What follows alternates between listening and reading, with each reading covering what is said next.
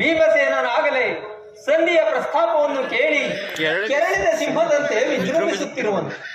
ಆತನನ್ನು ಸಮಾಧಾನ ಪಡಿಸಲು ನಿನ್ನ ಹೊರತು ಮತ್ಯಾರೂ ಶಕ್ತರಲ್ಲ.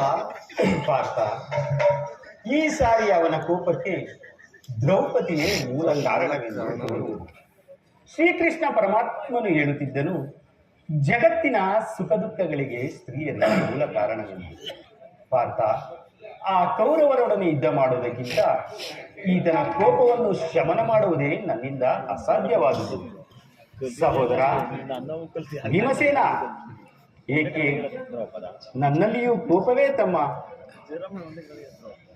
ಪಾಂಚಾಲಿ, ಸಮಾಚಾರವೇನು? ಅಣ್ಣನೇಕೆ ಸಿಟ್ಟಾಗಿರುವನು? ಈ ನಿಮ್ಮ ಪ್ರಶ್ನೆಗೆ ಏನನ್ನ ಬಿರುಗುವುದಿಲ್ಲ ಸರಿಯಾದ ಉತ್ತರವನ್ನೇ ಕೊಡಬಲ್ಲದು. ಅಗ್ರಜ, ಸಮಯಕ್ಕೆ ಸರಿಯಾಗಿ ಬಂದೆ. ನನಗೆ ಯಾರಲ್ಲಿಯೂ ಕೋಪವಿಲ್ಲ. ಈ ಅರ್ಜುನನ ಮುಖಾಂತರ ಸಂದೇಶವನ್ನು ತಿಳಿಸಬೇಕೆಂದಿದ್ದರು. ಅದನ್ನು ಈಗಲೇ ನಿಮ್ಮಿಬ್ಬರ ಪ್ರಮುಖ ಈ ಸಂಧಿಯ ಸುದ್ದಿಯು